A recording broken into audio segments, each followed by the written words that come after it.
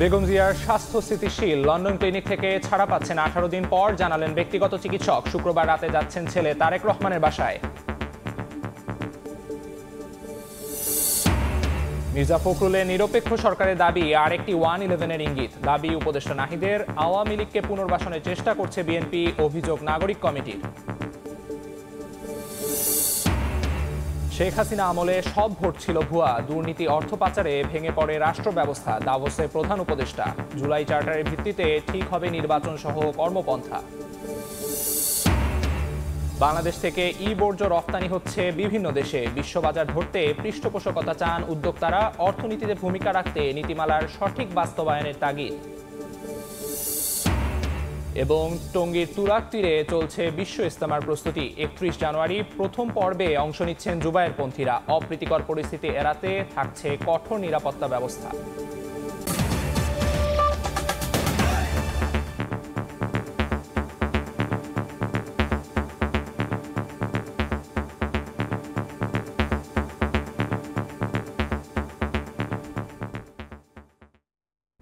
ভোরের সময়ে সঙ্গে আছি আমি আমিরুল ইসলাম আলিফ। শুক্রবার রাতে লন্ডনের হাসপাতাল থেকে বাসায় ফিরছেন বিএনপি চেয়ারপারসন বেগম খালেদা জিয়া। যাবেন ছেলে তারেক রহমানের যুক্তরাজ্যের বাসায়। বৃহস্পতিবার রাতে লন্ডন ক্লিনিক হাসপাতালের সামনে সাংবাদিকদের ব্রিফিংয়ে একথা জানান তার ব্যক্তিগত চিকিৎসক ও বিএনপির স্থায়ী কমিটির সদস্য ডাক্তার AZM জাহিদ হোসেন। বলেন, প্রফেসর প্যাট্রিক কেনেডি ও জেনিফার ক্রসের তত্ত্বাবধানে চিকিৎসাধীন থাকবেন সাবেক এই প্রধানমন্ত্রী। লন্ডন থেকে শোয়েব কবিরের রিপোর্টে বিস্তারিত। 18 দিন যুক্তরাজ্যের লন্ডন ক্লিনিকে চিকিৎসা নিয়ে শুক্রবার রাতে হাসপাতাল থেকে ছেলে তারেক রহমানের বাসায় ফিরছেন বিএনপি চেয়ারপারসন বেগম খালেদা জিয়া।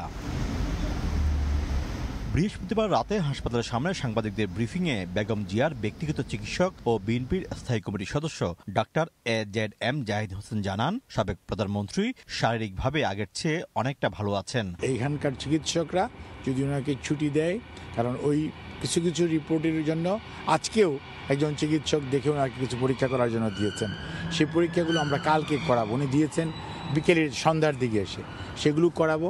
করে যদি সব ঠিক থাকে তাহলে হয়তো কালকে ওনার সন্ধ্যার দিকে ইভিনিংয়ে আওয়ারে ছুটি হওয়ার সম্ভাবনা আছে। তিনি আরো বলেন, বেগম জিয়ার লিভার ট্রান্সপ্লান্টের বিষয়ে সিদ্ধান্তে পৌঁছানো যায়নি। তিনি সার্বক্ষণিকভাবে প্রফেসর প্যাট্রিক কেনেডি ও জেনিফার ক্রসের তত্ত্বাবধানে চিকিৎসাধীন থাকবেন। উনি সার্বক্ষণিকভাবে প্রফেসর প্যাট্রিক কেনেডি এবং জেনিফার ক্রস ওনাদের সার্বিক তত্ত্বাবধানে উনি চিকিৎসাধীন থাকবেন এবং মেডিকেল বোর্ড যেটি ওনার চিকিৎসকরা আছে ওনাদের তত্ত্বাবধানে থাকবেন। এর আগে বেগম জিয়ার 3 নাতনি জাইমা রহমান, জাফিয়া রহমান ও জাহিয়া রহমান দাদির সঙ্গে দেখা করে হাসপাতাল থেকে বের হতে দেখা যায়। শোয়েব কবির, সময় সংবাদ, লন্ডন। দ্রুত ভোট না হলে মাথা চাড়া দেবে অপশক্তি, এমন শঙ্কা জানিয়ে বিএনপি মহাসচিব মির্জা ফখরুল ইসলাম আলমগীর বলেছেন, অন্তর্বর্তী সরকার নিরপেক্ষ না হলে নির্বাচনকালীন নিরপেক্ষ সরকার লাগতে পারে। বৃহস্পতিবার সকালে জাতীয় প্রেস ক্লাবে আলোচনা সভায় তিনি আরও বলেন, জনগণের আশা পূরণে কোনো ইঙ্গিত নেই সরকারের কাছ থেকে।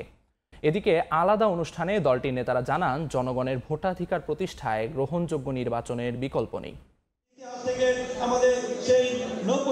নির্বাচন না সংস্কার, রাজনৈতিক অঙ্গনে এই নিয়ে চলছে কথার লড়াই। এই তর্কে নতুন করে যোগ হয়েছে অন্তর্বর্তী সরকার একপক্ষ না নিরপেক্ষ। তারা কি আদৌ জনগণের প্রত্যাশা পূরণে কার্যকর পদক্ষেপ নিয়েছেন, সেই প্রশ্নও এখন রাজনৈতিক মহলে। সেই আলোচনায় বিএনপি মহাসচিব মির্জা ফখরুল ইসলাম আলমগীর দাবি করেন, কিছু ক্ষেত্রে নিরপেক্ষ থাকছে না অন্তর্বর্তী সরকার, তাই নির্বাচনকালীন নিরপেক্ষ সরকারের প্রয়োজন হতে পারে। 69-এর গণঅভ্যুত্থানের নায়ক শহীদ আসাদের 56তম মৃত্যুবার্ষিকী উপলক্ষে জাতীয় প্রেস ক্লাবে আয়োজিত আলোচনা সভায় একথা বলেন বিএনপি মহাসচিব। অন্তর্বর্তীকালীন সরকার যদি নিরপেক্ষ না থাকে তাহলে একটা নিরপেক্ষ সরকার দরকার হবে নির্বাচনের সময়। আমি কথাটা বলছি, কারণ আছে। কারণ আমরা দেখি যে বেশ কিছু বিষয়ে অন্তর্বর্তীকালীন সরকার নিরপেক্ষতা পালন করতে পারছেন না। নির্বাচন দেরি হলে অপশক্তি মাথাচাড়া দিতে পারে এমন দাবি করে মির্জা ফখরুল আশা প্রকাশ করেন, ডক্টর ইউনূসের সরকার জনগণের ইচ্ছার প্রতিফলন ঘটাবে।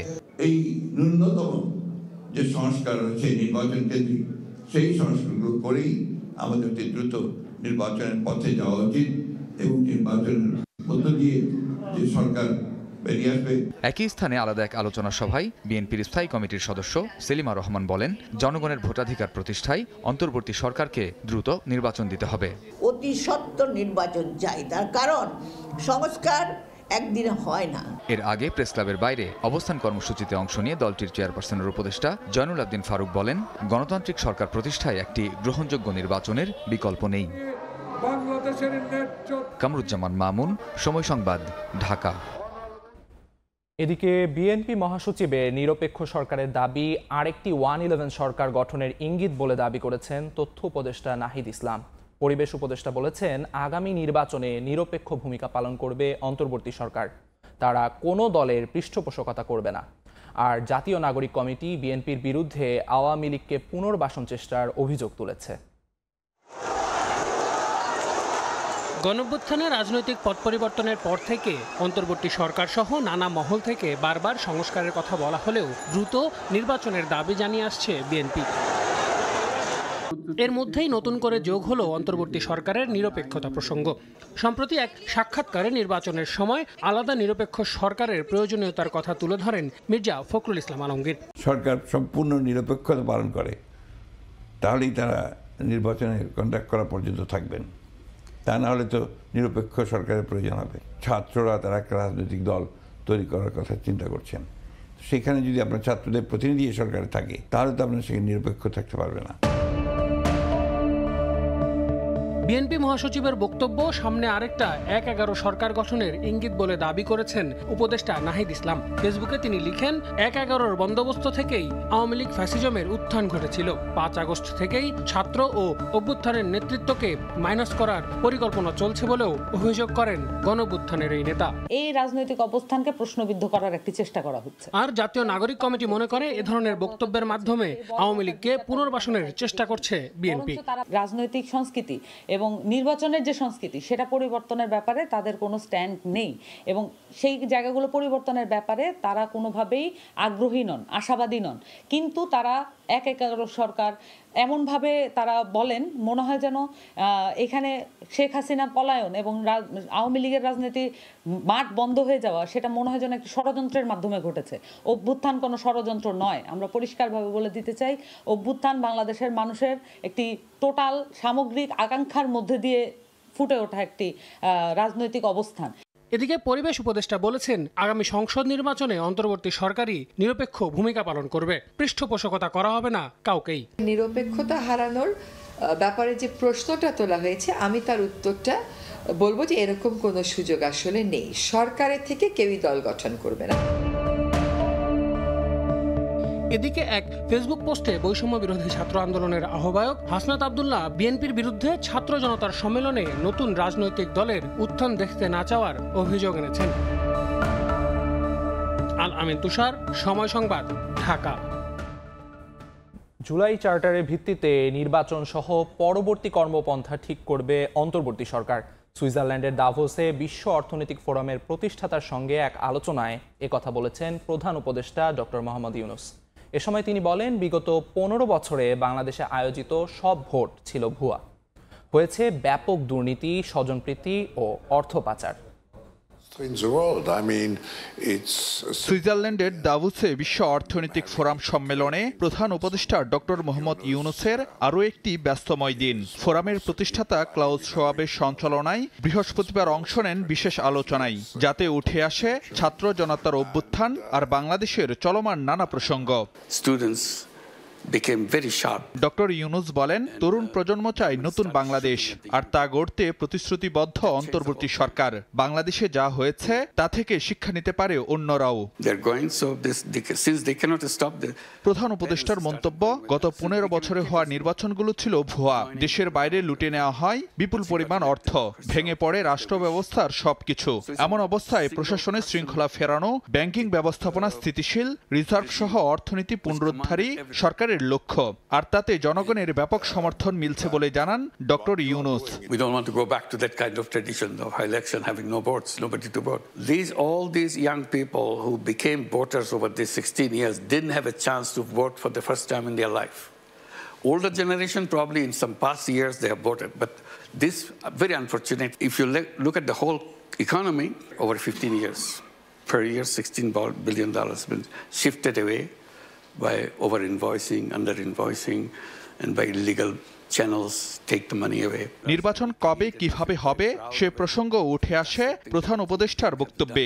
বলেন, ঐক্যমত্যের ভিত্তিতে জুলাই চার্টারই ঠিক করবে সরকারের কর্মপন্থা। What we intend to do all these commission reports to put together and start talking to the public and also the political parties. Then on the basis of agreement of all parties, all civil society organizations, where they all agree on certain things, will prepare what we call July Charter. So on that basis of July Charter, we start taking action, including the election. What kind of election? Because unless we know what kind of election people want, we can't go into election. We have targeted end of this year, the election to take place, if we go in a short reform agenda. If people say, no, we need a longer list of agenda reform, then we need another 6 months. এ সময় voter হওয়ার ন্যূনতম বয়স নিয়েও নিজের মতামত তুলে ধরেন doctor Yunus. I was suggesting our voting age is 18. I said it should be 16. That's so mature. What makes it 18? Difference between 16 and 18. Who tells you that 16 doesn't understand as much as 18 does? Faruk ভিয়া রবিন, সময় সংবাদ, ঢাকা। বাংলাদেশ ব্যাংকের reserve চুরির ঘটনায় দেরিতে মামলা আলামত নষ্টের পেছনে তৎকালীন গভর্নর আতিউর রহমান সহ 14 জনের সংশ্লিষ্টতা পায় সিআইডি। দুদক বলছে, অভিযুক্তদের নাম চার্জশিট থেকে বাদ দিতে চাপ দিয়েছিলেন দুই সাবেক মন্ত্রী আনিসুল হক ও আসাদুজ্জামান খান কামাল। সিআইডি তদন্ত এখতিয়ার বহির্ভূত দাবি করে তদন্তের দায়িত্ব নিতে চায় দুদক।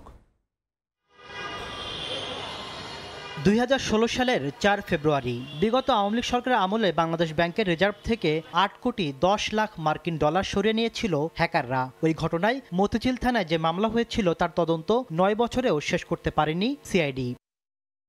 আলোচিত ওই ঘটনা তদন্ত করতে গিয়ে দেরিতে মামলা কিংবা আলামত নষ্ট সহ নানা তৎপরতায় বাংলাদেশ ব্যাংকের সাবেক গভর্নর আতিউর রহমান সহ 13 জনের সংশ্লিষ্টতা পায় সিআইডি। তবে এই মূল হোতাদের নাম মামলার অভিযোগপত্র থেকে বাদ দিতে সিআইডিকে তখন চাপ দিয়েছিলেন তৎকালীন সরকারের প্রভাবশালী দুই মন্ত্রী আসাদুজ্জামান খান কামাল ও আনিসুল হক। সম্প্রতি সংশ্লিষ্টদের বিদেশ যাত্রায় নিষেধাজ্ঞা দিয়েছে ইমিগ্রেশন পুলিশ। এমন বাস্তবতায় ব্যাংক কর্মকর্তাদের লুটপাটের সঙ্গে জড়িত থাকার বিষয়টি নতুন করে সামনে আসায় দুদক নিজেদের তফসিলভুক্ত অপরাধ দাবি করে তদন্ত দায়িত্ব নিতে সম্প্রতি সিআইডিকে চিঠি দেয়। চিঠিতে বলা হয়, আত্মসাতের ঘটনা চুরির মামলা হিসাবে অবহিত করেছিল বিগত সরকার। রিজার্ভ যেটা হয়েছে সেটার সাথে বাংলাদেশ ব্যাংকের কর্মকর্তা সহ আরও যারা জড়িত ছিলেন তাদের অনেকেই এখানে পাবলিক সার্ভেন্ট ছিলেন। আইন অনুযায়ী এটা অন্য কোনো সংস্থা যদি করে থাকেন সেটা এখতিয়ার বহির্ভূতভাবে তারা যে কার্যক্রম পরিচালনা করেছেন। যেহেতু সিআইডি এই বিষয়ে ইতিপূর্বে তদন্ত শুরু করেছিলেন, প্রক্রিয়াগত এবং আইনানুগভাবে এটা ত্রুটিপূর্ণ ছিল, সেই বিষয়টা আমরা তুলে ধরে তাদের কাছে পত্র যোগাযোগ করা হয়েছে। এদিকে বরখাস্ত সেনা কর্মকর্তা এনটিএমসির সাবেক মহাপরিচালক জিয়াউল আহসান ও তার স্ত্রীর বিরুদ্ধে মামলা করেছে দুদক। আলাদা দুই মামলা তাদের বিরুদ্ধে 40 কোটি টাকার অবৈধ সম্পদ অর্জন ও 342 কোটি টাকার সন্দেহজনক লেনদেনের প্রমাণ পেয়েছে সংস্থাটি। তার স্ত্রী নুসরাত জাহানের সহযোগিতায় এবং জোর সাজসে বিভিন্ন ব্যক্তি ও প্রতিষ্ঠানের নামে এই অস্বাভাবিক লেনদেন করায় তাকেও এই মামলায় অন্তর্ভুক্ত করে দুজনের বিরুদ্ধে আজ একটি মামলার সিদ্ধান্ত গৃহীত হয়েছে। এদিন খাস জমি দখল করে রিসোর্ট তৈরির অভিযোগে পার্বত্য চট্টগ্রাম বিষয়ক সাবেক প্রতিমন্ত্রী কুজেন্দ্রলাল ত্রিপুরার বিরুদ্ধে মামলা করেছে দুদক। তাসলিম তৌহিদ, সময় সংবাদ, ঢাকা। চালু হচ্ছে না বেক্সিমকো গ্রুপের কারখানা। সরকারের সদিচ্ছা থাকলেও প্রতিষ্ঠানটির বর্তমান ব্যবস্থাপনার অসহযোগিতায় বিশাল ঋণের দায় নিয়ে কারখানা চালু করা সম্ভব হবে না বলে জানিয়েছেন শ্রম উপদেষ্টা। ভাঙচুর লুটপাটের সঙ্গে জড়িতদের বিরুদ্ধে আইনানুগ ব্যবস্থা নেওয়া হবে বলেও জানান তিনি। আর বাণিজ্য উপদেষ্টা জানিয়েছেন, 40,000 শ্রমিকের কথা থাকলেও 40% শ্রমিকের অস্তিত্ব মেলেনি। শ্রম আইন অনুযায়ী প্রকৃত শ্রমিকদের পাওনা মেটানো হবে বলেও জানান তিনি। দেশের সবচেয়ে বড় গ্রুপ অব কোম্পানির মধ্যে অন্যতম বেক্সিমকো। গাজীপুরের শ্রীপুরে প্রতিষ্ঠানটির রয়েছে শিল্প পার্ক। সরকার বলছে এই পার্কে কাগজে কলমে 32টি কারখানার কথা বলা হলেও 16টি কারখানার অস্তিত্বই পাওয়া যায়নি। 16 কারখানার বিপরীতে কোম্পানিটির ঋণ রয়েছে 12,000 কোটি টাকা। প্রতিষ্ঠানটির মোট ঋণ 40,000 কোটি টাকার বেশি। এর মধ্যে জনতা ব্যাংকের কাছেই দেয় 23,000 কোটি টাকার বেশি। এমন পরিস্থিতিতে 12টি কারখানার কর্তৃপক্ষ নিজেই লে অফ করেছে, বাকি 3টি কারখানা চালু আছে। কারখানাগুলো চালু রাখতেও উদ্যোগ নিয়েছে সরকার। কোনো ব্যাংকই এই কোম্পানিকে নতুন করে ঋণ দিতে চায় না। প্রশাসক নিয়োগ দিয়ে চেষ্টা করলেও চরম অসহযোগিতা করেছে বর্তমান কর্তৃপক্ষ। অভিযোগ উঠেছে শ্রম অসন্তোষের মাধ্যমে বিশৃঙ্খল পরিস্থিতি সৃষ্টির, তাই চালু রাখা সম্ভব নয় কারখানাগুলো। শ্রম উপদেষ্টা জানান, বিপুল অঙ্কের ঋণ নিয়ে জনগণের সম্পদ লুটপাট করেছে বেক্সিমকো। সামনে লুটপাট হবে আর কেউ কিছু বলবেন না, এটা তো হতে পারে না। আপনাদের কর দেওয়া টাকা, আপনাদের কষ্ট পরিশ্রম করার টাকা। আজকে আমরা প্রায় বলি যে জিনিসপত্রের দাম বাড়ছে, এটা বেড়েছে, ওটা বেড়েছে।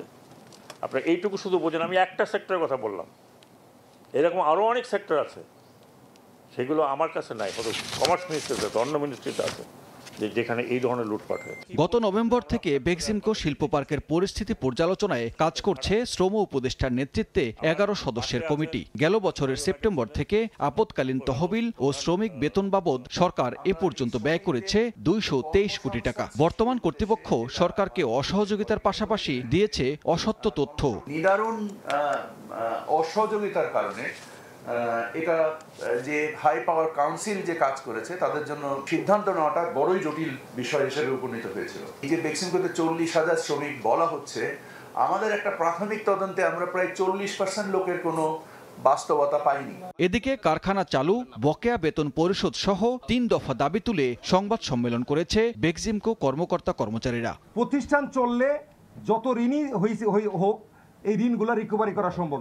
আগামী 28 জানুয়ারি উপদেষ্টা পরিষদ কমিটির সভায় শিল্প প্রতিষ্ঠানগুলোর অগ্রগতি পর্যালোচনা এবং দায় দেনার হিসাব করে পরবর্তী সিদ্ধান্ত নেয়ার কথা জানান শ্রম উপদেষ্টা। 28 জানুয়ারি এইটা নিয়ে পর্যালোচনা হবে। সানবীর রূপল, সময় সংবাদ, ঢাকা। দেশে ইলেকট্রনিক্স পণ্যের বর্জ্য থেকে তৈরি হচ্ছে সম্ভাবনাময় বাজার। বাড়ছে কর্মসংস্থানও।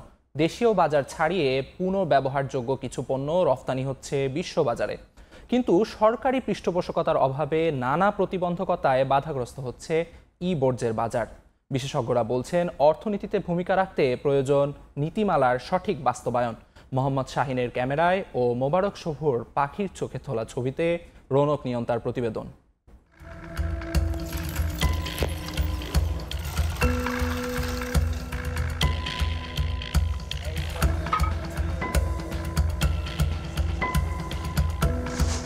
ব্যবহার শেষে ফেলে দেয়া ইলেকট্রনিক্স পণ্যের গন্তব্য এসব ডাস্টবিন। এগুলি ইলেকট্রনিক বর্জ্য বা বর্জ্য নামে পরিচিত। বছরে 30 লাখ টন ইলেকট্রনিক বর্জ্য তৈরি হচ্ছে বাংলাদেশে। গত এক দশকে ইলেকট্রনিক পণ্যের বাজার 3 গুণ বেড়ে দাঁড়িয়েছে প্রায় 11 লাখ কোটি টাকায়। কেবল মোবাইল ফোনের বাজারই এখন প্রায় 66,000 কোটি টাকার। বাসাবাড়ি, অফিস বা শিল্প প্রতিষ্ঠান থেকে বাদ দেয়া ইলেকট্রনিক্স পণ্য সংগ্রহ করে খুচরা ব্যবসায়ীরা। যেটা যে দাম, এই দামে কিনে এনে মহানন্দে যা মহাজনে দেই। আবার তাদের কাছ থেকে বিভিন্ন কোম্পানি দেশে পুনঃ ব্যবহারযোগ্য নয় এমন পণ্যগুলো রফতানি করছে চীন ও জাপানের মতো উন্নত প্রযুক্তির দেশেও। আর সেই ধরনের একটি পুনঃ ব্যবহারযোগ্য পণ্য তৈরির প্রতিষ্ঠান সাভারের পূর্ব রাজাসনের জলপাই বাগান গ্রামে বেসরকারিভাবে গড়ে ওঠা জেআর রিসাইক্লিং সলিউশনস। বিভিন্ন কোম্পানি থেকে আনি, ওটা আনার পরে আমরা এটা পার্ট বাই পার্ট প্রসেসিং করে মেশিনে খুলে ওটা প্রসেসিং করি। মাদারবোর্ডটা আলাদা করি, মোবাইলের ডিসপ্লেটা আলাদা করি। কিছু কিছু লোকাল কোম্পানি আছে মোবাইলের, ওনারা আবার আমাদের কাছ থেকে সংগ্রহ করে অনেকক্ষণ। ব্যক্তি উদ্যোগে গড়ে ওঠা হাতে গোনা কয়েকটি প্রতিষ্ঠান কাজ করছে বর্জ্য নিয়ে, কিন্তু এ খাতটি এখনো নানা সংকটে জর্জরিত। কারখানার কর্মীরা কাজ করছেন নিরলস, কিন্তু এই সংকটের কারণে ভারী ধাতু আলাদা করে দেশীয় বাজারে কাজে লাগানো সম্ভব হচ্ছে না। বর্জ্য সংগ্রহে রয়েছে নানা প্রতিবন্ধকতা। এ নিয়ে বিস্তর অভিযোগও রয়েছে ব্যবসায়ীদের। একটা বর্জ্যকে সম্পদে রূপান্তর করে দেশে ডলার আনে। সরকারের ইনিশিয়েটিভ নেওয়া উচিত, আইনটার পূর্ণাঙ্গ বাস্তবায়ন হওয়া উচিত এবং সরকারের একটা এছাড়াও করে যদি আমরা এক্সপোর্টটা বন্ধ করতে পারতাম এবং এই দেশে যদি আমরা একটা ইন্ডাস্ট্রি পূর্ণাঙ্গ রিসাইক্লিং প্ল্যান্ট যদি আমরা করতে পারতাম, তাহলে আমাদের প্রায় 5 লক্ষ লোকের কর্মসংস্থান হতো। রফতানির বাইরে যেসব পণ্য রয়ে যাচ্ছে দেশে, তারও রয়েছে আলাদা বাজার। এখানেও রয়েছে সম্ভাবনাময় কর্মসংস্থানের ব্যবস্থা। এবার জানা যাক এসব বাতিল ধাতু বা পিসিবির শেষ পরিণতি কোথায়। মানিকগঞ্জের সিংগাইর উপজেলার গোবিন্দল গ্রাম, যা স্বর্ণগ্রাম নামে পরিচিত, যেখানে ইবর্জ্যে থাকা ক্ষুদ্র কণা আকারে সংগ্রহ হচ্ছে স্বর্ণ ও রূপা। বিশাল বাজার তৈরি হচ্ছে ছোট্ট এই গ্রামকে ঘিরেই। চট্টগ্রাম এবং পুরান ঢাকা শহরের সব জায়গা থেকে মানে এগুলো কালেকশন করা হয়। কালেকশন করার পরে আমরা এগুলো বাড়িতে আনি, আমরা এগুলোকে আগুনে পুরা দিই। তামা, পিতল, লোহা লক্কর যা আছে বুধন এগুলো বাঁচা হয়। পরে যে ঢেকিতে এগুলো গুঁড়া করা হয়। গুঁড়া করার পরে ছাইটি আমরা চুলাতে আমরা এগুলো গালাই। গালানোর পরে এখানে একটা চান্দি জমে, রূপার চান্দি জমে। চান্দিটা জমা শেষ হলে পরে এটা আমরা খাওয়াইলে চান্দিটা পানি হয়ে যায় আর স্বর্ণটা বাটিতে থাকে। 10 কেজি মাল হলে দেখা গেছে যে আপনার 10 আনা কিংবা 20 কেজি মাল হলে মানে কেজিতে 2 আনা করে হিসাব করলে 2, 4, 5 ভরি করে মাল হয়। প্রতি মাসে 10-12 ভরির মতো এরকম। বর্তমানে শেয়ার বাজারে যা আছে বাজার, আমাদের পাকা সোনাটা তাই আসে। বিশেষজ্ঞরা মনে করেন রাষ্ট্রীয় পৃষ্ঠপোষকতায় এই ইলেকট্রনিক বর্জ্যের বাজার নিয়ন্ত্রিত হলে রফতানি নির্ভরতা যেমন কমবে, তেমনি বাড়বে কর্মসংস্থান আর ইতিবাচক প্রভাব রাখবে দেশের অর্থনীতিতে। রৌনক নিয়ন্তা, সময় সংবাদ, ঢাকা। গাজীপুরের টঙ্গীর তুরাগ তীরে চলছে বিশ্ব ইজতেমার প্রস্তুতি। এরই মধ্যে শেষ হয়েছে 80% কাজ। প্রথম পর্বে অংশ নিচ্ছেন মাওলানা জুবায়েরের অনুসারীরা, আর দ্বিতীয় পর্বে অংশ নেবেন মাওলানা সাতপন্থীরা। আয়োজকদের দাবি, ইজতেমায় অংশগ্রহণ করবেন 20 লাখের বেশি মুসল্লি। দুপক্ষের বিরোধ ঘিরে যে কোনো অপ্রীতিকর ঘটনা এড়াতে কঠোর থাকবে আইন শৃঙ্খলা বাহিনী। জুনায়েদ রুবেলের তথ্য, ছবিতে রিপোর্ট। 31 জানুয়ারি টঙ্গীর তুরাগ তীরে শুরু হচ্ছে বিশ্ব ইজতেমার প্রথম পর্ব। বাকি আর মাত্র 1 সপ্তাহ। এর জন্য চলছে শেষ মুহূর্তের প্রস্তুতি। 160 একর ময়দানে টানানো হয়েছে শামিয়ানা। মাঠের উত্তর পশ্চিমে এরই মধ্যে শতভাগ শেষ হয়েছে মূল বয়ান মঞ্চ তৈরির কাজ। সংস্কার করা হচ্ছে রাস্তাঘাট, মুসল্লিদের ওজুখানা, পয় নিষ্কাশন ব্যবস্থা। বসানো হচ্ছে ইলেকট্রিক লাইট ও সিসিটিভি ক্যামেরা। তুরাগ নদীর ওপর তৈরি হচ্ছে অস্থায়ী বেইলি ব্রিজ। এসব কাজে স্বেচ্ছায় অংশ নিচ্ছেন ঢাকা, গাজীপুর ও আশপাশের জেলা থেকে আসা তাবলিগ জামাতের কর্মীরা। প্রয়োজনীয় পানি ও বিদ্যুৎ সরবরাহে সহায়তা দিচ্ছে গাজীপুর সিটি কর্পোরেশন। 50 জন সাথে আসছি ফজর পর থেকে, আমরা সন্ধ্যা পর্যন্ত কাজ করব। এখানে আসছে আলেমুল আমাদের পক্ষ থেকে। বয়ানের মেম্বার তো ইনশাল্লাহ আজকে দীর্ঘদাবত করতেছি, আমাদের এই কাজও শেষ আলহামদুলিল্লাহ। 100% হয়ে গেছে। আজকে শুধু আমরা রঙের কাজটা বাকি, সমস্ত মাঠ প্রস্তুত 80-85% হয়ে গেছে। আগামী 31 জানুয়ারি থেকে শুরু হবে বিশ্ব ইজতেমার প্রথম পর্ব। এতে অংশ নেবেন সোয়ামী নিজাম বা মাওলানা জুবায়ের অনুসারীরা। আলহামদুলিল্লাহ, ইতিমধ্যে আমাদের মাঠের নামাজের কাতার তৈরি করা, খুঁটি গাড়া, সামিনা টাঙ্গানো সহ প্রায় 80% কাজ শেষ হয়েছে। বাকি কাজ ইনশাআল্লাহ নির্ধারিত সময়ের পূর্বেই শেষ হবে। ইজতেমা কেন্দ্র করে মাওলানা জুবায়ের ও মাওলানা সাতপন্থীদের বিরোধ কাটেনি। এই অবস্থায় আইন শৃঙ্খলার চ্যালেঞ্জ মোকাবিলায় বাড়তি নিরাপত্তার কথা জানিয়েছে গাজীপুর মেট্রোপলিটন পুলিশ। শান্তিপূর্ণ এবং খুব নিরাপদ ইজতেমা সংগঠিত করতে পারবো ইনশাআল্লাহ, এবং এর মাধ্যমে পুরো বিশ্বে আমরা একটা সুন্দর ইজতেমা উপহার দেব। এদিকে 58তম বিশ্ব ইজতেমায় দিল্লির মাওলানা সাদ অনুসারীদের দ্বিতীয় পর্ব আগামী 7 থেকে 9 ফেব্রুয়ারি অনুষ্ঠিত হওয়ার কথা রয়েছে। সময় সংবাদ, গাজীপুর। সস, কেচাপে ভ্যাট ও শুল্ক বাড়ানোর নেতিবাচক প্রভাব পড়ার শঙ্কায় রাজশাহীর গোদাবাড়ি অঞ্চলের টমেটো চাষিরা। আসন্ন সংকট উত্তরণে সরকারের হস্তক্ষেপ চায় প্রক্রিয়াজাত এসব কৃষি পণ্যের বাজারের 40% দখলকারী শিল্প গ্রুপ প্রাণ। চুক্তিভিত্তিক টমেটো চাষে ভাগ্য ফেরা কৃষকরাও শঙ্কামুক্ত হয়ে মনোযোগ দিতে চান ফসল উৎপাদনে। কৃষকের পণ্যের ন্যায্য মূল্য নিশ্চিতে চুক্তিভিত্তিক চাষ ব্যবস্থা বাড়ানোর পরামর্শ অর্থনীতিবিদদের। শামসুল হক প্রিন্সের তোলা ছবিতে রাজশাহী ও নাটোর ঘুরে এসে রিপোর্ট করেছেন MS আরেফিন।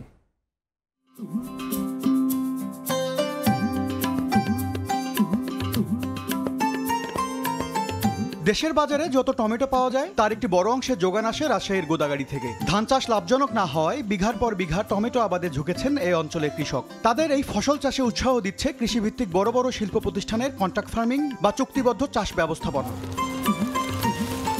উৎপাদনশীলতা বৃদ্ধি ও নিরাপদ খাদ্যপণ্যের সরবরাহ নিশ্চিতে কৃষকদের প্রশিক্ষণও দিচ্ছে প্রাণের মতো প্রক্রিয়াজাত খাদ্যপণ্য উৎপাদনকারী প্রতিষ্ঠান। ফলনও মিলছে প্রতি বিঘায় 5 থেকে 6 মেট্রিক টন করে। 25 বিঘা টমেটো আবাদ করেছি। এগুলো হচ্ছে আমরা বাইরেও বিক্রি করি, কোম্পানিকেও দিই, যেখানে বেশি দাম পাই তখন সেখানে বিক্রি করি। বিভিন্ন সাপ্লাইয়ের মাধ্যমে আমাদের কাছ থেকে টমেটো সংগ্রহ করে এবং পাল্পিং করে বিভিন্ন দেশে সাপ্লাই দেয়। কৃষকের পরম যত্নে ফলানো টমেটো মাঠ থেকে সরাসরি চলে যায় রাজশাহীর বরেন্দ্র ইন্ডাস্ট্রিয়াল পার্কে, যেখানে স্বয়ংক্রিয় পদ্ধতিতে প্রথমে তৈরি করা হয় পাল্প, পরে তা দিয়ে বানানো সস, কেচাপ ও টমেটো পেস্ট পৌঁছে যায় সারা দেশে। রপ্তানি আয়ের যোগান দিতে চলে যায় বিদেশেও। অ্যাসেপ্টিক পদ্ধতিতে আমরা এই প্রসেসটাকে আমরা ফিল করি। তবে এবার ছন্দপতনে পড়তে যাচ্ছে উদীয়মান এই শিল্প খাতটি। প্রক্রিয়াজাত কৃষিপণ্য প্রস্তুতকারকদের সংগঠনের তথ্য, দেশে বর্তমানে সস, কেচাপ আর টমেটো কেচাপের বার্ষিক বাজার ৬০০ কোটি টাকার, যা বাড়ছে ১০% হারে। তবে সম্প্রতি এসব পণ্যে ভ্যাট ও শুল্ক বাড়ানোর কারণে বাজারে নেতিবাচক প্রভাব পড়ার শঙ্কা করছেন উৎপাদনকারীরা। 5% থেকে 15% ভ্যাট বেড়ে গেল, এতে আমরা কিছুটা শঙ্কিত। ফলশ্রুতিতে তখন হয়তো বা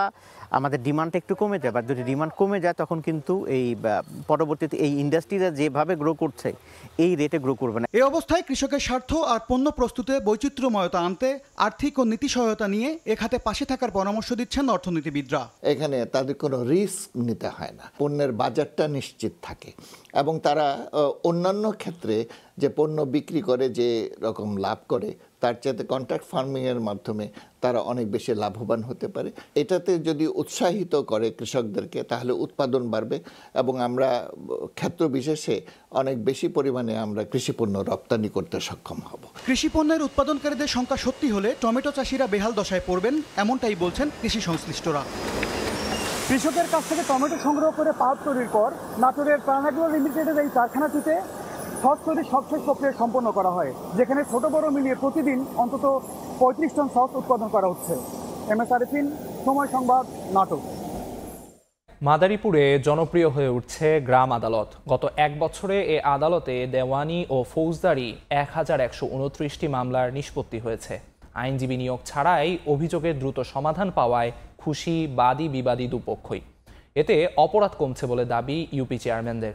সঞ্জয় কর্মকার অভিজিতের রিপোর্ট, ক্যামেরায় ছিলেন শাহাদাত আকন। মাকসুদা বেগম মাদারীপুর সদর উপজেলার ঘটমাজি গ্রামের বাসিন্দা। প্রতিবেশী সাহেব আলী খালাসিকে 1 বছর আগে 25,000 টাকা ধার দেন, কিন্তু কিছুতেই পাওনা টাকা আদায় করতে পারেননি তিনি। এলাকার অনেককে জানালেও মেলেনি কোনো সুরাহা। শেষমেশ গত 22 ডিসেম্বর গ্রাম আদালতে অভিযোগ দেন মাকসুদা। পরে গ্রাম পুলিশের মাধ্যমে সাহেব আলী খালাসিকে ডাকা হয়। 4 জানুয়ারি ইউপি চেয়ারম্যানকে প্রধান করে 5 সদস্য নিয়ে বসে গ্রাম আদালত। ঘণ্টাব্যাপী চলে উভয় পক্ষের শুনানি। সাক্ষ্য প্রমাণ শেষে মাকসুদার পাওনা টাকা পরিশোধের নির্দেশ দেন গ্রাম আদালত। মুহূর্তেই সংগ্রহ করে 5,000 টাকা এবং 1 সপ্তাহের মধ্যে বাকি 20,000 টাকা প্রদানের নির্দেশ দেওয়া হয়, যা হয়েছে বাস্তবায়নও। মাকসুদার মতো শত শত মানুষ হাতের কাছেই পাচ্ছেন গ্রাম আদালতের এই সুবিধা। কোনো প্রকার হয়রানি ও ভোগান্তি ছাড়াই দ্রুত সেবা পাওয়ায় খুশি দুপক্ষই। টাকা পয়সা লাগে নাই, আমার কোনো খরচ লাগে নাই, এই জন্য আমি খুশি। টাকাটা আমি তো 1 বছর ঘুরিয়ে পাইছি। গ্রাম আদালতে সিটি করছে, আমি হাজির হয়েছি, কিছু দিছি আর কিছু পাইতে আছি। গ্রাম আদালতে যেটা করছে চেয়ারম্যান ওইটাই আমি দিয়ে দিছি। অনেকটা সুন্দর জায়গা, তাতে সাধারণ অসহায় দুস্থদের কোর্ট কাছারিতে যেয়ে হয়রানি হওয়া লাগে না। আবেদন ফি 10 টাকা, ফৌজদারি 10 টাকা, দেওয়ানি 20 টাকা। এই 10 টাকার বিনিময়ে সে একটা ন্যায় বিচার পায়। উচ্চ আদালতে যাওয়ার সাহস করে না, তারা খুবই আগ্রহ সহকারে আমাদের গ্রাম আদালতে আসে। স্বামী স্ত্রীর বিরোধ থাকলে ভরণ পরিশোধ না, সেই নিষ্পত্তি ইউনিয়ন পরিষদের চেয়ারম্যান নিষ্পত্তি করতে পারে। দেওয়ানি ও ফৌজদারি অপরাধের ক্ষেত্রে সর্বোচ্চ 3 লাখ টাকা জরিমানার বিধান রয়েছে গ্রাম আদালতে। আর মিথ্যা অভিযোগ প্রমাণ হলে 5,000 টাকা জরিমানারও বিধি রয়েছে। ইউপি চেয়ারম্যান ও বিচারকগণ জানান, গ্রাম আদালতে এলাকার সমস্যাগুলো নিষ্পত্তি হওয়ায় কমেছে অপরাধের সংখ্যা। গ্রাম আদালতে যারা বিচারক এরা অনেক দায়িত্বশীল এবং আমরা সততার সাথে নিষ্ঠার সাথে চেষ্টা করি আমরা এগুলো নিষ্পত্তি করার জন্য। তারা অনেক সন্তুষ্ট ভাবেই এখান থেকে আসলে এই বিরোধগুলো মীমাংসা করার পরে তারা এখান থেকে সন্তুষ্ট হয়ে তারা চলে যায়। ইউনিয়নের বাসিন্দাদের গ্রাম আদালতমুখী করতে নানা কার্যক্রমের কথা জানায় স্থানীয় সরকার বিভাগ। সহজে অল্প খরচে অল্প সময়ে যেন মানুষ সেবাটা পায়, এটার জন্য আমরা গ্রাম আদালতকে সক্রিয় করার জন্য সর্বাত্মক প্রচেষ্টা নিচ্ছি, প্রচার প্রচারণা চালাচ্ছি। জেলার 59টি ইউনিয়ন পরিষদের মধ্যে গ্রাম আদালতের এজলাস রয়েছে 47টি ইউনিয়নে। সঞ্জয় কর্মকার, অভিজিৎ, সময় সংবাদ, মাদারীপুর। ঘন কুয়াশায় পাটুরিয়া, দৌলতদিয়া ও আরিচা কাজিরঘাট নৌ রুটে ফেরি চলাচল বন্ধ। মাঝ নদীতে আটকে আছে ছোট বড় 6টি ফেরি। এই মুহূর্তে পাটুরিয়া ঘাটে আছেন রিপোর্টার মোহাম্মদ ইউসুফ আলী। সরাসরি যুক্ত হচ্ছি তার সাথে। দীর্ঘটা 5.5 ঘন্টা অতিবাহিত হয়ে গিয়েছে। এই যে নোটগুলোর নাম আপনি বললেন সেগুলো কিন্তু বন্ধ রয়েছে। তার সাথে কিন্তু পাবনার যে ধাওয়াপাড়া নাজিরগঞ্জও কিন্তু বন্ধ রয়েছে বলে আমাকে বিআইডব্লিউটিসি কর্তৃপক্ষ জানিয়েছে। আমরা এখন দেখছি যে ফেরিটা আমাদের সামনে রয়েছে, তা খুব কাছে থাকলেও কিন্তু কিছুই দেখা যাচ্ছে না। আজকে এই মুহূর্তে এই অঞ্চলের সর্বোচ্চ কুয়াশা এবং ঘনভূত থাকায় কিছুই দেখা যাচ্ছে না। যদিও এখন এই মুহূর্তে কমপক্ষে 107টি যানবাহন নিয়ে মাঝ নদীতে এই 3টি নৌরুটে 8টির মতো ফেরিটা আটকে রয়েছে, যা তীব্র শীত এবং কুয়াশায় মানুষ কিন্তু দুর্ভোগ পোহাচ্ছে। বিশেষ করে যানবাহনের শ্রমিক, ব্যবসায়ী এবং এই যে যাত্রী, তারা কিন্তু চরম দুর্ভোগ আমরা দেখতে পাচ্ছি। আমরা যাত্রীদের সাথে কথা বলেছি, যেহেতু রাত 1টার থেকে এই নৌরুটগুলোতে ফেরি চলাচল বন্ধ রয়েছে, সেই ক্ষেত্রে কিন্তু এইটা রাত কেউ 12টা, কেউ 11টা, কেউ 1টা থেকে কিন্তু এই নৌরুটের ঘাট এলাকাতে আটকে পড়েছে এবং এই তীব্র শীত এবং কুয়াশায় তারা কিন্তু কষ্ট করছে। তাদের সাথে আমরা কথা বলে জেনেছি সকালের যে পয় নিষ্কাশন যে ব্যবস্থা, সেটার জন্য কেউ নামার চেষ্টা করলেও প্রচণ্ড শীত এবং কুয়াশায় তারা কিন্তু কষ্ট করছে। বিশেষ করে যারা নারী এবং শিশু রয়েছে, তাদের অবস্থা কিন্তু সবচাইতে কঠিন। অর্থাৎ আমরা তাদের সাথে কথা বলার চেষ্টা করেছি, তারা বলছে এই শীত এবং ঘন কুয়াশায় তারা কিন্তু একদম নুয়ে পড়ছে। এছাড়াও কিন্তু আমরা এখানে যারা যাত্রী শ্রমিক রয়েছে, বিশেষ করে ব্যবসায়ী যারা রয়েছে, দীর্ঘ পথ পাড়ি দিয়ে এই ঘাট এলাকাতে এসে তারা কিন্তু কষ্ট করছে এবং তারা কিন্তু একটা লসের সম্ভাবনাটা তারা মনে করছে। এবং পাটুরিয়া, দৌলতদিয়া, আরিচা, কাজিরহাট এবং ধাওয়াপাড়া নাজিরগঞ্জ রোডে যে কয়টি ফেরি রয়েছে, তার মধ্যে 8টি ফেরি এই মুহূর্তে মাঝনদীতে থাকায় এইটা ঘাট এলাকাতে কিছু ফেরি নোঙর করে রয়েছে এবং এইটা কুয়াশার কারণে এই মুহূর্তে কিছুই দেখা যাচ্ছে না। হাজারো যানবাহন এখন থমকে আছে। এই ছিল আমার কাছে পাটুরিয়া ঘাট থেকে কুয়াশা এবং শীতের সর্বশেষ তথ্য। পাটুরিয়া ঘাট থেকে সরাসরি সেখানকার পরিস্থিতি জানাচ্ছিলেন সহকর্মী ইউসুফ আলী। ঢাকা নারায়ণগঞ্জ রেলপথে এখনও 6টি লেভেল ক্রসিং অরক্ষিত। প্রতিদিন ঝুঁকি নিয়েই চলাচল করছে ট্রেন। দ্রুত ক্রসিংগুলো সুরক্ষিত ও ঝুঁকিমুক্ত করার দাবি স্থানীয়দের। তবে ডাবল রেল লাইনের চলমান কাজ শেষ হলে ক্রসিংগুলো আধুনিক মানের করার পরিকল্পনার কথা জানিয়েছে রেল কর্তৃপক্ষ। শওকত আলী সৈকতের তথ্য ও আরিফ হোসেনের ছবি নিয়ে রিপোর্ট। নারায়ণগঞ্জের ফতুল্লার নন্দলালপুর রেল ক্রসিংয়ে দীর্ঘদিন নেই কোনো নিরাপত্তা ব্যারিয়ার, এমনকি গেটম্যানও নেই। এতে প্রায় ঘটছে দুর্ঘটনা। রেল লাইনের উপর দিয়ে ঝুঁকি নিয়ে রাস্তা পার হচ্ছে বিভিন্ন যানবাহন সহ এলাকাবাসী। রসুলপুরের ভাঙ্গারপুল, আলীগঞ্জ বাজার এবং শহরের উকিলপাড়া রেল ক্রসিংয়েরও একই দশা। এছাড়া শহরের সবচেয়ে গুরুত্বপূর্ণ 2 পয়েন্ট চাষাড়া ও 1 নম্বর রেলগেটে ব্যারিয়ার থাকলেও বর্তমানে সেগুলো অকার্যকর। রেল ক্রসিংয়ের কাজ চালানো হচ্ছে দড়ি দিয়ে। লোক নাই, তারপরে আপনার বাস ফালাইতে পারে না, এই কারণে আমাদের সবসময় আপনাদের একটা ঝুঁকিপূর্ণতা থাকে, কখন জানি অ্যাক্সিডেন্ট হইলো। ট্রেন ওই দূরেতে যদি কেউ দেখে তাহলে একটু গাড়িটা থামায়। যানমালের কোনো নিরাপত্তা নাই, প্রায় অ্যাক্সিডেন্ট ঘটে, মানুষ মারা যায়। স্বল্প সময়ে ঢাকায় যাতায়াতের জন্য রেলপথই নারায়ণগঞ্জের মানুষের আস্থার পথ। তাই যোগাযোগের এই মাধ্যমকে আধুনিক ও সুরক্ষিত করার দাবি তাদের। রেল ক্রসিংটার ভিতরে কয়দিন পর পর অ্যাক্সিডেন্ট হয়। লাইনম্যান নাই, তাও কোনো বাসও নাই, কেউ কোনো এটা দিকে কেউ তাকাচ্ছে না বা দেখছেও না। অতি তাড়াতাড়ি এখানে একটা আর গেটম্যান দেওয়া উচিত। ফতুল্লা স্টেশনের পর থেকে অরক্ষিত লেভেল ক্রসিংগুলো অবৈধ জানিয়ে রেলওয়ে কর্তৃপক্ষ বলছে ডাবল রেল লাইনের কাজ চলমান, শেষ হলে কেটে যাবে অনেক সমস্যা। ডাবল লাইনের কাজ শেষ হওয়ার পরে স্টেশনগুলো অনেক সুন্দর হবে, লেভেল ক্রসিং গেটগুলোও সুন্দর হবে। সেখানে আমাদের অনেক ভালো ভালো স্মার্ট গেটম্যানরা থাকবে। সুন্দরভাবে আমরা ট্রেন পরিচালনা করব এবং রাস্তার বিপরীতে গেট বন্ধ করার যথাযথ ব্যবস্থা নিতে পারব। 16 কিলোমিটার দৈর্ঘ্যের ঢাকা নারায়ণগঞ্জ রেল রুটে প্রতিদিন 8 জোড়া ট্রেন 16 বার যাওয়া আসা করে। সময় সংবাদ, নারায়ণগঞ্জ। শুষ্ক মৌসুমে পদ্মা যমুনার মোহনার আশেপাশের বিভিন্ন স্থানে ডুবোচরে আটকে যাচ্ছে জাহাজ। মানিকগঞ্জের ঝুরিয়াবাদ এলাকায় বোঝাইকৃত পণ্যের অর্ধেক নামিয়ে পাবনা যেতে হচ্ছে নৌযানগুলোকে। সঙ্গে বেড়েছে চুরি ডাকাতির ঘটনাও। তবে সংকট সমাধানে কাজ চলছে বলে জানায় সংশ্লিষ্ট বিভাগ। মোহাম্মদ ইউসুফ আলীর পাঠানো তথ্য ও রমজান আলীর ছবি নিয়ে রিপোর্ট। চট্টগ্রাম ও মোংলা বন্দর থেকে পাবনার বাঘাবাড়ি ও নগরবাড়ির উদ্দেশ্যে ছেড়ে আসা লাইটার জাহাজগুলো মানিকগঞ্জের পদ্মা যমুনার মোহনা অঞ্চলে আটকে যাচ্ছে। নাব্য সংকটের কারণে বাধ্য হয়ে শিবালয় উপজেলার ঝুরিয়াবাদ এলাকায় বোঝাইকৃত পণ্যের অর্ধেক নামিয়ে যেতে হচ্ছে গন্তব্যে। শুষ্ক মৌসুমে পদ্মা যমুনার মোহনার আশপাশে বিভিন্ন স্থানে ডুবো চড়ে জাহাজ নদীতে আটকে থাকছে। এতে ব্যয় হচ্ছে অতিরিক্ত সময় ও অর্থ। এ সুযোগে জাহাজগুলোতে বেড়েছে চুরি ডাকাতি। এতে আতঙ্কিত জাহাজে কর্মরতরা। চোর ডাকাইতের ভয় আছে, পানি কম আছে নদীতে। নদী পথে চলাচল করতে খুবই সমস্যা হচ্ছে। জায়গায় জায়গায় অনেক পানি কম আছে। দেখা যাচ্ছে যে জায়গায় পানি কম আছে জাহাজ ঠেকে যায়। সরকার যদি আমাদের এই নদী পথে যে নব্যতা যদি ফিরায় দেয় তাহলে আমরা পুনরায় আবার আগের সাবকে আমরা যেতে পারবো।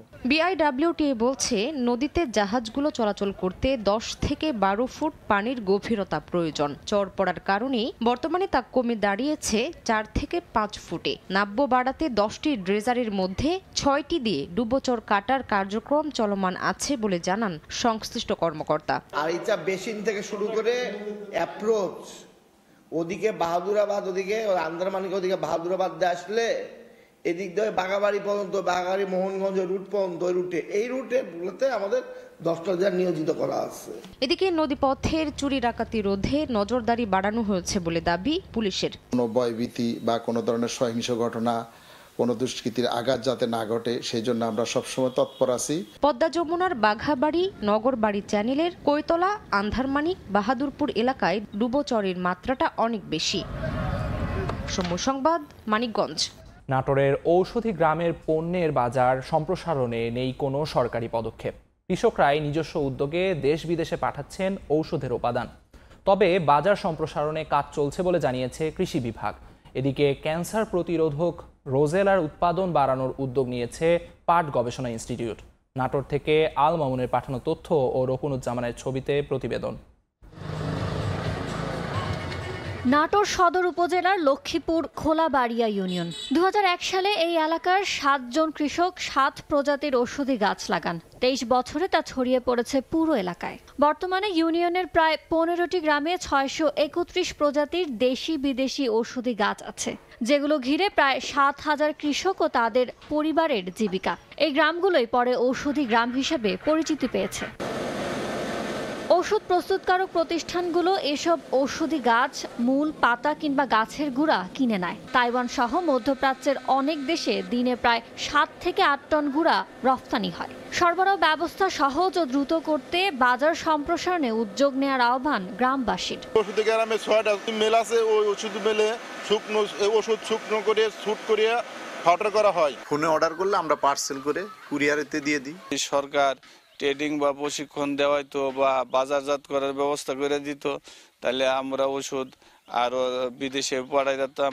ঔষধি গ্রামে রোজেলা চাষ ছড়িয়ে দেওয়ার চেষ্টা করছে পাট গবেষণা ইনস্টিটিউট। ক্যান্সার প্রতিরোধী এই ভেষজের চাহিদা বেশি থাকায় এমন উদ্যোগের কথা জানালো প্রতিষ্ঠানটি। উচ্চ রক্তচাপ নিয়ন্ত্রণ করে, ডায়াবেটিস রোগকে নিয়ন্ত্রণ করে, পাশাপাশি ক্যান্সারের মতো দুরারোগ্য ব্যাধি থেকে আমাদেরকে এটা সুরক্ষা দেয়। বাজারে বেশ চাহিদা আছে, 3000 থেকে 4000 টাকা কেজিতে এটা বিক্রি হয়। এটা একটা লাভজনক ফসল। স্থানীয় কৃষি বিভাগ বলছে বাজার সম্প্রসারণের উদ্যোগ নেয়ার কথা। কিভাবে বিদেশে আরও রপ্তানি করা যায়, কিভাবে নতুন নতুন উদ্যোক্তা তৈরি হয়, কিভাবে আধুনিক জাতগুলো চাষ করা হয়, এটার জন্য আমরা সম্প্রসারণবিদ হিসেবে আমরা গবেষণা প্রতিষ্ঠানের সাথে যোগাযোগ রাখছি। আমরা নতুন নতুন উদ্যোক্তা তৈরি করার চেষ্টা করছি। গেল বছর এই গ্রামে 155 হেক্টর জমিতে প্রায় 20 কোটি টাকা মূল্যের 20 মেট্রিক টন ঔষধি উপাদান তৈরি হয়েছে। সময় সংবাদ, নাটোর। মুন্সিগঞ্জের 63 ইউনিয়ন কার্যালয়ে আবহাওয়ার পূর্বাভাস যন্ত্র বিকল হয়ে পড়ে আছে। তাপমাত্রা ও ঝড় বৃষ্টির পূর্বাভাস জানতে পারছেন না কৃষক, তাই প্রাকৃতিক দুর্যোগের হাত থেকে ফসল রক্ষা কঠিন হচ্ছে। নাসিরউদ্দিন উজ্জ্বলের রিপোর্ট, ছবি তুলেছেন আবু সাইদ। অকেজো পড়ে আছে রেনগেজ মিটার ও আবহাওয়া পূর্বাভাস বোর্ড। বন্যা, জলোচ্ছ্বাস, ঘূর্ণিঝড়, অতিবৃষ্টি, শিলাবৃষ্টি, রোদের প্রখরতা কিংবা ঘন কুয়াশা সহ জলবায়ু পরিবর্তন বা প্রাকৃতিক দুর্যোগের হাত থেকে কৃষক ও কৃষি ফসল রক্ষায় স্থাপন করা হয় পূর্বাভাসের এসব যন্ত্র। বিশ্ব ব্যাংকের আর্থিক সহায়তায় কৃষি সম্প্রসারণ অধিদপ্তর ও আবহাওয়া অধিদপ্তর সারা দেশের মতো মুন্সিগঞ্জ কৃষি আবহাওয়া তথ্য পদ্ধতি উন্নীতকরণ প্রকল্প 2017 সাল থেকে বাস্তবায়ন করে। এই প্রকল্পের মাধ্যমে তাপমাত্রা, বাতাসের আর্দ্রতা, বায়ু প্রবাহ, আলোক ঘণ্টা, বৃষ্টির পরিমাণ ও ঝড়ের পূর্বাভাস 3 দিন আগের ও 3 দিন পরের তথ্য পাওয়ার কথা কৃষকদের। কিন্তু প্রায় 3 বছর ধরে এসব যন্ত্রই বিকল পড়ে আছে। তাই প্রাকৃতিক দুর্যোগের হাত থেকে প্রান্তিক পর্যায়ে ফসল রক্ষা করা কঠিন। কৃষকেরও কোনো উপকার নাই, শুধু এটা একটা ফর্মালিটি লাগাই থুছে। 3 বছর হয়ে গেছে, কিন্তু এটা এই অবস্থায় পড়ে আছে, কিন্তু কোনো সক্রিয় করার কোনো ব্যবস্থা নেওয়া হয়নি। কৃষি আবহাওয়া সম্পর্কে দেশের জনগণ জানতে পারছে না, ফলে এই প্রাকৃতিক দুর্যোগে কৃষকরা বিভিন্নভাবে ক্ষতিগ্রস্ত হচ্ছে। কৃষি বিভাগ বলছে যন্ত্রগুলো মেনটেন করার ব্যবস্থা না রেখেই প্রকল্প শেষ করায় এটি সচল রাখা যায়নি। তবে নতুন প্রকল্প গ্রহণ করে এগুলো সচল করার চেষ্টা চলছে। প্রজেক্টের সাপোর্ট এই মুহূর্তে নেই, এই জন্য যন্ত্রগুলো আসলে ওইভাবে কার্যকরভাবে কাজ করছে না। আমরা আশা করছি যে এই প্রকল্প যদি আবারও কাজ শুরু করে, তাহলে প্রকল্পের আওতায় এই যন্ত্রগুলো আমাদেরকে সত্যিকার অর্থে কার্যকরী করা যাবে। মুন্সিগঞ্জের 68 ইউনিয়নের মধ্যে 63 ইউনিয়ন কার্যালয়ে আবহাওয়ার কৃষি পূর্বাভাস যন্ত্র স্থাপন করা হয়েছিল। যন্ত্রগুলো বিকল থাকায় সরকারি হিসেব অনুযায়ী জেলায় 1,75,479 কৃষি পরিবার আবহাওয়ার পূর্বাভাসের সুবিধা থেকে বঞ্চিত হচ্ছে। মুন্সিগঞ্জের লৌহজংয়ের পদ্মাপাড়ের কনকসার থেকে নাসির উদ্দিন উজ্জ্বল, সময় সংবাদ। কম খরচে বেশি লাভ হওয়ায় রাজবাড়ীতে দিন দিন জনপ্রিয় হয়ে উঠছে সরিষার আবাদ। আবহাওয়া অনুকূলে থাকায় চলতি মৌসুমে ভালো ফলনের আশা কৃষকদের। আবাদ বাড়াতে সব ধরনের সহায়তার আশ্বাস কৃষি বিভাগের। আশিকুর রহমানের রিপোর্ট।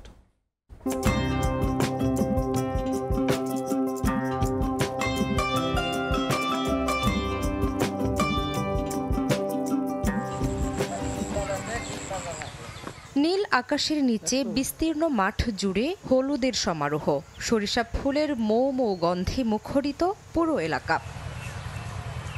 চলতি মৌসুমে রাজবাড়ীর 5 উপজেলায় আবাদ হয়েছে বাড়ি, বিনা ও টরি সহ নানা জাতির সরিষা। কৃষকরা জানান 3 মাসের কম সময়ে ফসলটি ঘরে তোলা যায়। বিঘা প্রতি 5,000 টাকা উৎপাদন খরচ হলেও 20,000 টাকায় বিক্রি করা যায় উৎপাদিত সরিষা। 90 দিনের ভিতর এই সরিষা ঘরে তোলা যায়।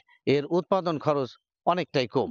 1 বিঘা শস্যে 5,000 টাকা আমাদের খরচ হয়, যা উৎপাদন নাই তাতে আমাদের 20,000 টাকা থাকে। সরিষার আবাদ বাড়াতে সব ধরনের সহায়তার আশ্বাস কৃষি বিভাগের। এবছর সরিষা আবাদে আমরা কৃষককে বীজ সহায়তাও দিয়েছি, কৃষককে উদ্বুদ্ধ করেছি এবং বিনা চাষে আমন জমিতে সরাসরি বীজ দিয়ে সরিষা চাষে বৃদ্ধি করা হয়েছে। সরিষার বর্তমান অবস্থা ভালো, ইদানিং সরিষার ফল আসতেছে। কৃষি বিভাগের তথ্য মতে চলতি বছর রাজবাড়ীতে 5,655 হেক্টর জমিতে সরিষার আবাদ হয়েছে। উৎপাদন লক্ষ্যমাত্রা 8,515 মেট্রিক টন। সময় সংবাদ, রাজবাড়ী। অতিরিক্ত করের বোঝা ভোক্তাদের ওপর চাপালে তা জুলুম করা হবে বলে মন্তব্য করেছেন প্রাণ আরএফএল গ্রুপের চেয়ারম্যান ও প্রধান নির্বাহী আহসান খান চৌধুরী। বৃহস্পতিবার বিকেলে এনবিআর চেয়ারম্যানের সঙ্গে আলোচনা শেষে এমন মন্তব্য করেন তিনি। বলেন, আগামী সপ্তাহের মধ্যে ভ্যাট কমানোর সম্ভাবনা আছে বলে জানিয়েছেন এনবিআর চেয়ারম্যান। এর আগে গত 9 জানুয়ারি এনবিআর শতাধিক পণ্য ও সেবার ওপর ভ্যাট এবং সম্পূরক শুল্ক বাড়িয়ে দেয়, যা কার্যকর হলে উৎপাদন খরচ বাড়বে। ভোক্তাদের 10 টাকার পণ্য ক্রয় করতে হবে 2 থেকে আরও 3 টাকা বেশি দামে।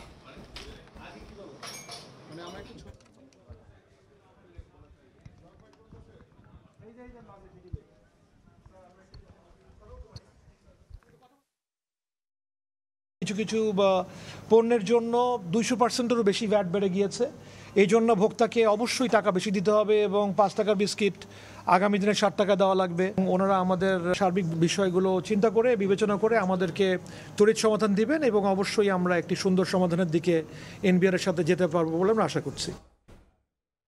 আমদানিকৃত ফলের ওপর 10% বাড়তি শুল্ক আরোপ করায় প্রভাব পড়েছে বাজারে। 9 জানুয়ারি আমদানি করা ফলের ওপর সম্পূরক শুল্ক 20% থেকে বাড়িয়ে 30% নির্ধারণ করে এনবিআর।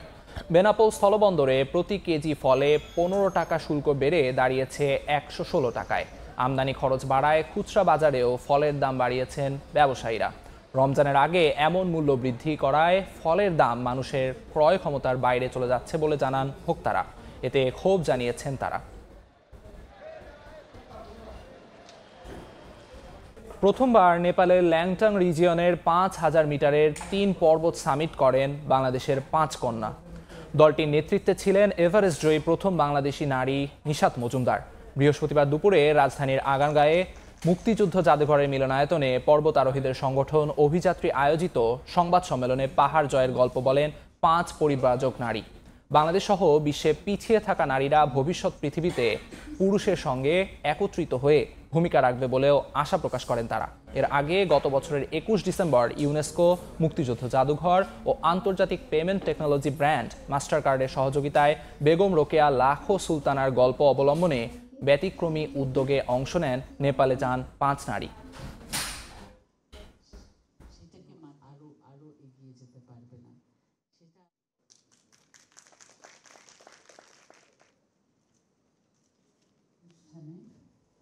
বিজয়ের অনুষ্ঠানে সবাই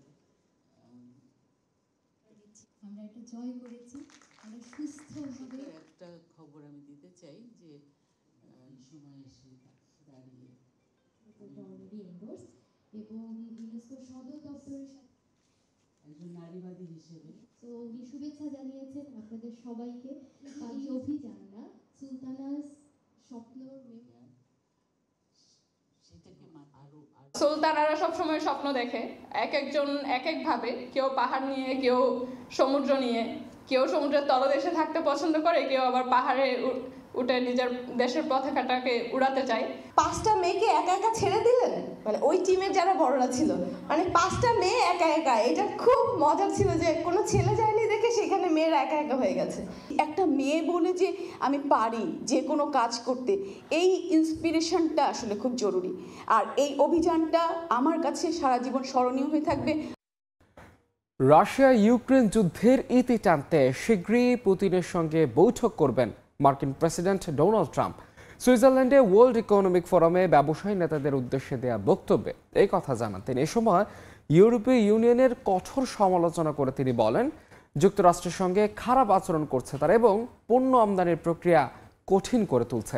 এ সময় চীন রাশিয়ার সঙ্গে সম্পর্ক নিয়ে আশাবাদ জানান ট্রাম্প। যুক্তরাষ্ট্রের 47তম প্রেসিডেন্টের দায়িত্ব নেয়ার পর সুইজারল্যান্ডের ওয়ার্ল্ড ইকোনমিক ফোরামে যোগ দিয়েছেন ডোনাল্ড ট্রাম্প। স্থানীয় সময় বৃহস্পতিবার ব্যবসায়ী নেতাদের উদ্দেশ্যে দেয়া বক্তব্যে তুলে ধরেন বেশ কিছু গুরুত্বপূর্ণ বিষয়। যুক্তরাষ্ট্রে মুদ্রাস্ফীতি ও অবৈধ অভিবাসন কমানোর পাশাপাশি দেশটির জীবাশ্ম জ্বালানি উৎপাদন বাড়ানোর অঙ্গীকার করেন ট্রাম্প। বলেন, যুক্তরাষ্ট্র বিশ্বের বৃহত্তম তেল ও গ্যাস উৎপাদক এবং এই সম্পদ ব্যবহার করে আমেরিকাকে শক্তিশালী উৎপাদনশীল শক্তি হিসেবে গড়ে তোলা হবে। ইউরোপীয় ইউনিয়ন ও কানাডার কঠোর সমালোচনা করেন ট্রাম্প। ইউরোপের সঙ্গে যুক্তরাষ্ট্রের বাণিজ্য সম্পর্ক নিয়ে অসন্তোষ প্রকাশ করে নতুন শুল্ক আরোপের হুমকি দেন মার্কিন প্রেসিডেন্ট। একই সঙ্গে সৌদি আরব ও ওপেককে তেলের দাম কমানোর জন্য চাপ দেওয়ার পরিকল্পনার কথা জানান।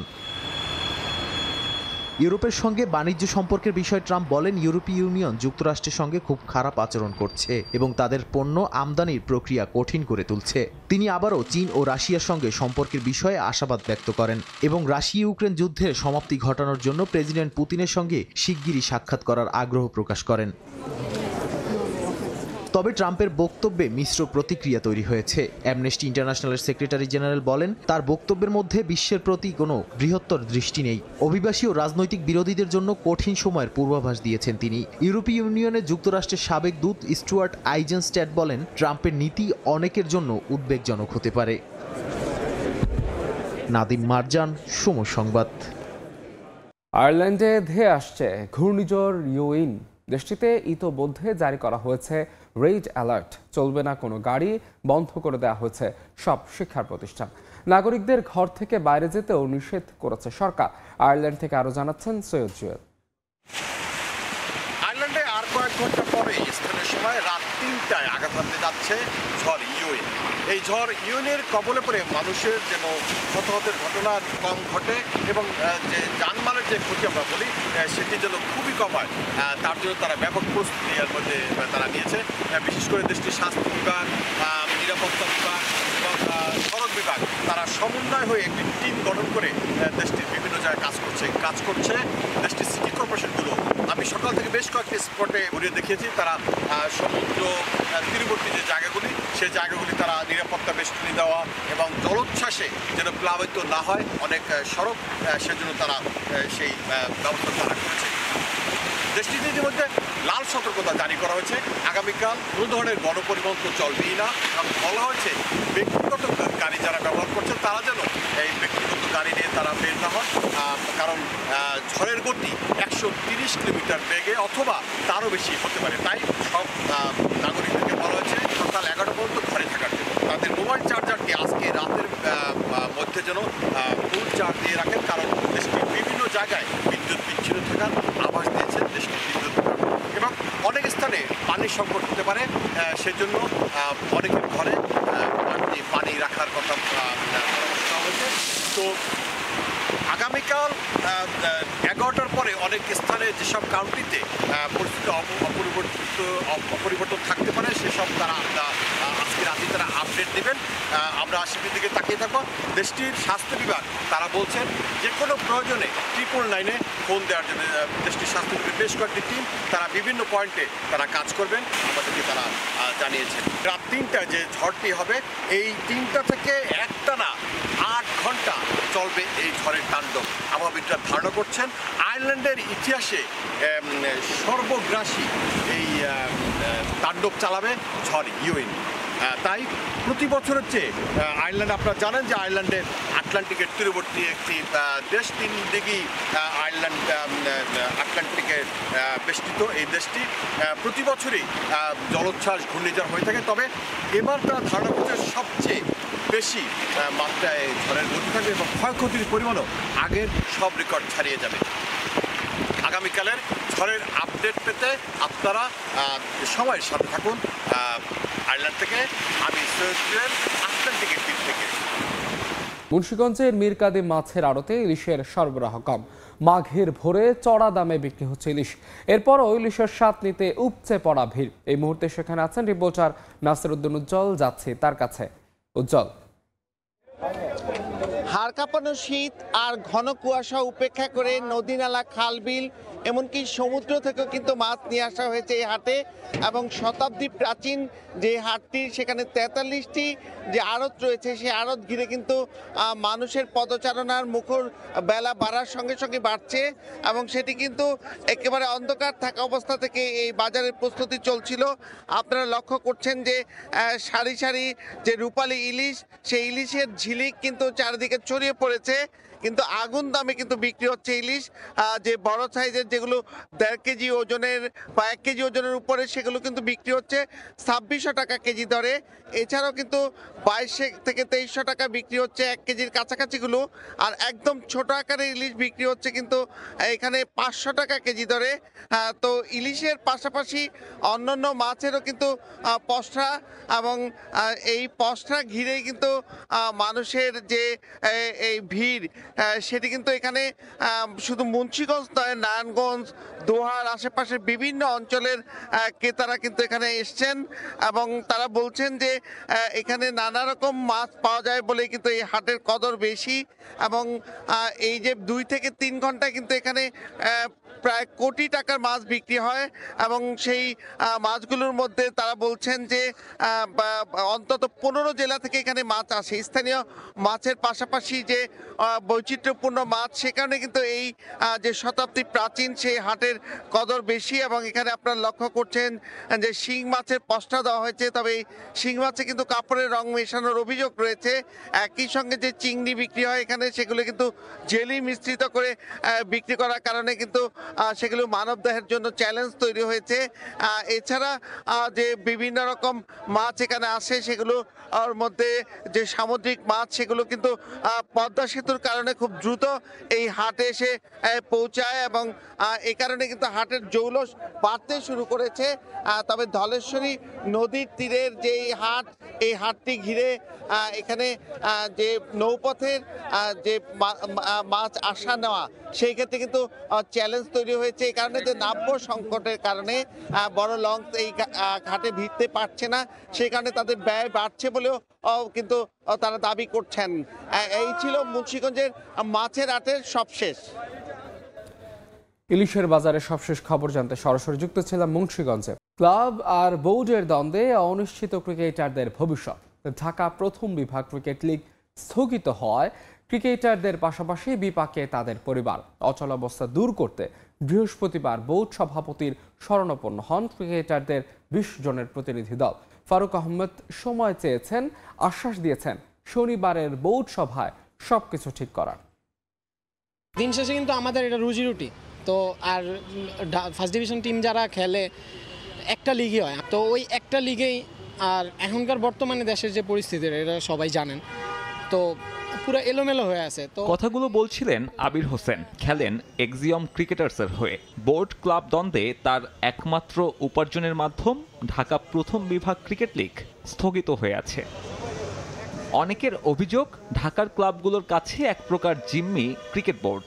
গঠনতন্ত্র সংস্কারের খসড়া পছন্দ না হওয়াতে ঢাকার ক্লাব ক্রিকেট স্থবির করে রেখেছেন কর্তারা। সে বয়কটে ক্লাব কর্তা কিংবা বিসিবি কারোই হয়নি কিছু। ভুক্তভোগী ক্রিকেটাররা, যাদের অনেকেই বছরে এই একটা লিগ খেলে খরচ যোগান পরিবারের। আমরা 7-8টা মাস কষ্ট করি শুধু এই ঢাকা প্রথম বিভাগ খেলার জন্য। এই একটা খেলার উপর নির্ভর করে অনেক ফ্যামিলি চলে, অনেক প্লেয়ার চলে। যাদের জন্য এত কিছু, সেই খেলোয়াড়রাই এখন অনিশ্চিত জীবনের সামনে। ক্লাব বলেছে বাড়ি ফিরে যেতে, বোর্ড করাচ্ছে অপেক্ষা। বৃহস্পতিবার বোর্ড প্রেসিডেন্টের সঙ্গে দেখা করার সময় বেলা 3টা হলেও ফারুক আহমেদ এসেছেন পাক্কা 1 ঘন্টা পর। তবে প্রেসিডেন্টের সাথে দেখা করে কিছুটা আশ্বস্ত ফার্স্ট ডিভিশনের ক্রিকেটাররা। শনিবারের বোর্ড সভায় সব অচল অবস্থা কাটবে বলে দেখিয়েছেন প্রত্যাশাও। একটা জিনিস ক্লিয়ার করছে যে কোনো ডাউট নাই ক্রিকেট লিগ হবে এখানে, বাট ওনার কথা হচ্ছে যে এই মাসের ভিতরেই উনি ঢাকা ফার্স্ট ডিভিশন ক্রিকেট মাঠে গড়াবে। তবে শনিবারেও যদি সমাধান না হয়, তাহলে ক্রিকেটারদের ভবিষ্যৎ কি? উত্তরটা জানেন না ক্রিকেটকে রুটি রুচি বানানো এমন অসংখ্য তরুণ। ক্লাবের সাথে কি, বোর্ডের সাথে কি, আমরা চাই মাঠে ক্রিকেট। তো ওনারা যদি দিন শেষে একটা সমাধানের মধ্যে আসে, সেটা বাংলাদেশ ক্রিকেটের জন্য অবশ্যই ভালো। আর যদি সমাধানের মধ্যে না আসে, তো বাংলাদেশ ক্রিকেটের প্লেয়ারদের যেটা ভালো হবে, আমরা প্লেয়াররা সবাই মিলে সেই সিদ্ধান্ত নিব। ক্লাবগুলোর চাপের মুখে গঠনতন্ত্র সংস্কার কমিটিতে বদল আনতে যাচ্ছে বিসিবি।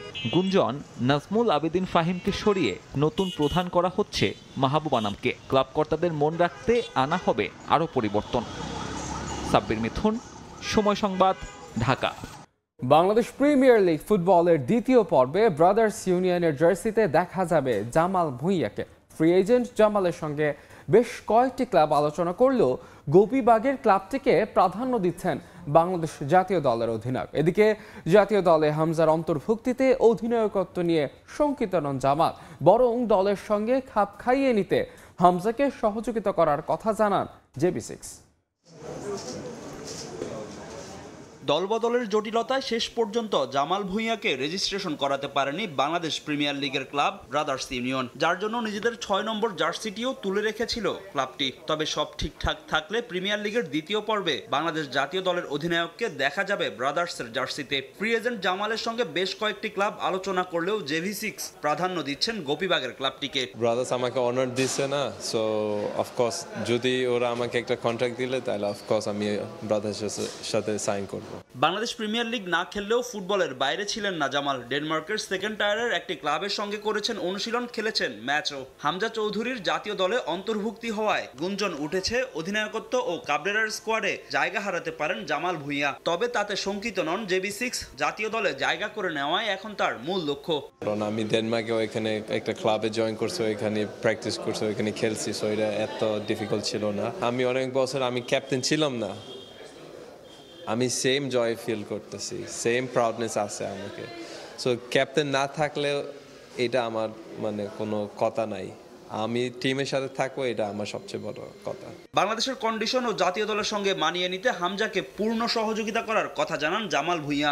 আমি আগে স্ট্রাগল করছি, আমি মনে করি হামজা সেম করবো, একটু স্ট্রাগল করবো, কারণ উনি ইংল্যান্ডে খেলতেছে, ওইখানে অনেক গরম, ওয়েদার অনেক ডিফারেন্ট, আর এইখানে তো অনেক গরম আর অনেক হিউমিডিটি আছে না। সো আমি সেম বলবো হামজার কাছে, এখানে একটু সময় লাগবে। I think now there is more hype, more expectations to Hamza. So Hamza, I will say Hamza has a little bit more pressure on him. খেলোয়াড়ি জীবনের পাশাপাশি কোচিং কোর্সও সেরে রাখছেন জামাল। অংশ নিয়েছেন বাফুফের আয়োজিত AFC ডিপ্লোমা কোর্সের প্রথম পর্বে। ফাহিম ইসলাম, সময় সংবাদ, ঢাকা। এ পর্যায়ে শীর্ষ সংবাদগুলো জানিয়ে দিচ্ছে আরেকবার।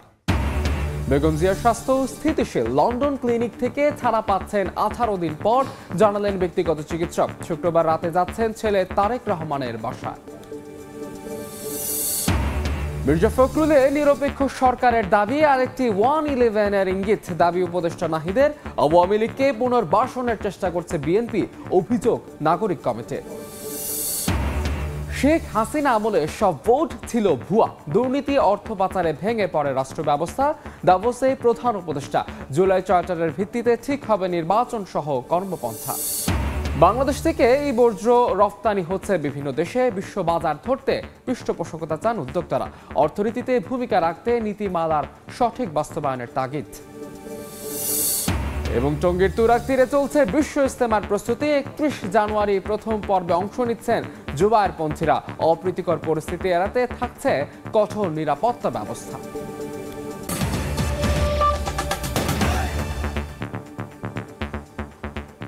এই ছিল ভোরের সময়, সঙ্গে থাকুন সময়।